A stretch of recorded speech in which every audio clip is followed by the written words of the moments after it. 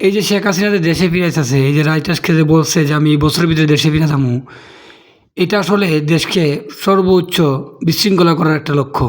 ভারত যখন বুঝতে পারছে যে তারেক জিয়ারে কোনোভাবে আটকাইতে পারতেছে না, সে 30টা প্রকল্পের জন্য চীনের কাছে চাইতেছে, সে নিজের প্রতিরক্ষা ব্যবস্থার জন্য চীন থেকে যুদ্ধ বিমান কিনতেছে, পাকিস্তানের সাথে ঘনিষ্ঠ সম্পর্ক, তো কোনোভাবেই ভারত তারেক জিয়ারে আটকাইতে পারতেছে না। তো এখন নিজের ঘরের ভিতরে কেমন একটা বিস্ফোরণ ঢুকানো দেওয়া যায়, এই চেষ্টা করতেছে এখন ভারত। তো শেখ হাসিনাও যদি ফিরে আয়, মানে অনেক কিছু ভাইবে আইতেইব। এনসিপি হয়তো এতটা শক্তিশালী না, কিন্তু তরুণ সমাজ, এরপরে জামাত শিবির, জামাত কিন্তু অত্যন্ত শক্তিশালী, বিএনপি, 3-4টা শক্তির সাথে যুদ্ধ করে সে টিকতে পারবো কিনা, রাজনীতি ময়দানে আইতে পারবো কিনা, বাইতেইব। এটা ভাববো না যে কুটে যাইবা, কুটে যাইয়া তুমি ইয়া চাইবা, বিষয়টা এরকম না।